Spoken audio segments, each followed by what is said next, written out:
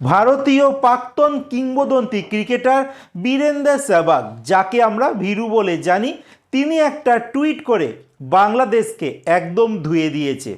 বর্তমানে ফেব্রুয়ারি মাসে 2026 মানে এই বছর টি-20 বিশ্বকাপের আসর বসছে ভারতের মাটিতে, যেখানে বাংলাদেশ ক্রিকেট দল তারা আইপিএলে মুস্তাফিজুর রহমানকে না খেলানোর জন্য ভারতকে বয়কট করার সিদ্ধান্ত নিয়েছে, যার জন্য তারা ভারতে খেলতে আসবে না বলে সিদ্ধান্ত নিয়েছে।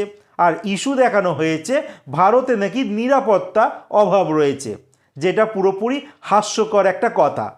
আর তার জন্য তারা ভারতে খেলতে আসবে না।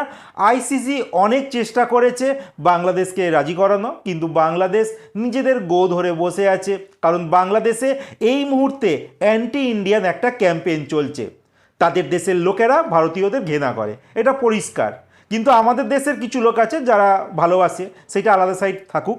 কিন্তু বীরেন্দ্র সেহবাগ তিনি একটা টুইট করেছেন, যেখানে তিনি লিখেছেন, तारों के नीचे से आने की आदत हो तो ভিসা वाली एंट्री बोरिंग लगती है। মানে ব্যাপারটা বুঝতে পেরে গেছো?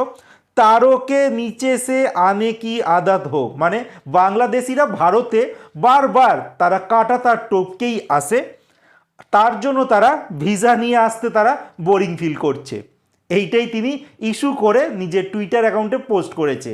তো আমার মনে হয় বীরেন্দ্র সেহবাগ দারুণ কিন্তু একটা পোস্ট করেছে, আর তাদের মোক্ষম একটা জবাব দিয়েছে। কারণ বরাবরই ভারতে কিন্তু বাংলাদেশি অনুপ্রবেশরা ঢুকেই চলে, যার এসআইআরেও দেখা যাচ্ছে প্রচুর বাংলাদেশি কিন্তু ধরা পড়ছে। যাই হোক, বীরেন্দ্র সেহবাগ এই যে বাংলাদেশকে নিয়ে খিল্লিটা করেছে, এইটা কি তোমাদের মনে হয় ঠিক করেছে? যদি ঠিক করে থাকে কমেন্টে জানাও, আর যদি ভুল করে থাকে সেটাও তোমরা কমেন্টে জানিয়ে দিও।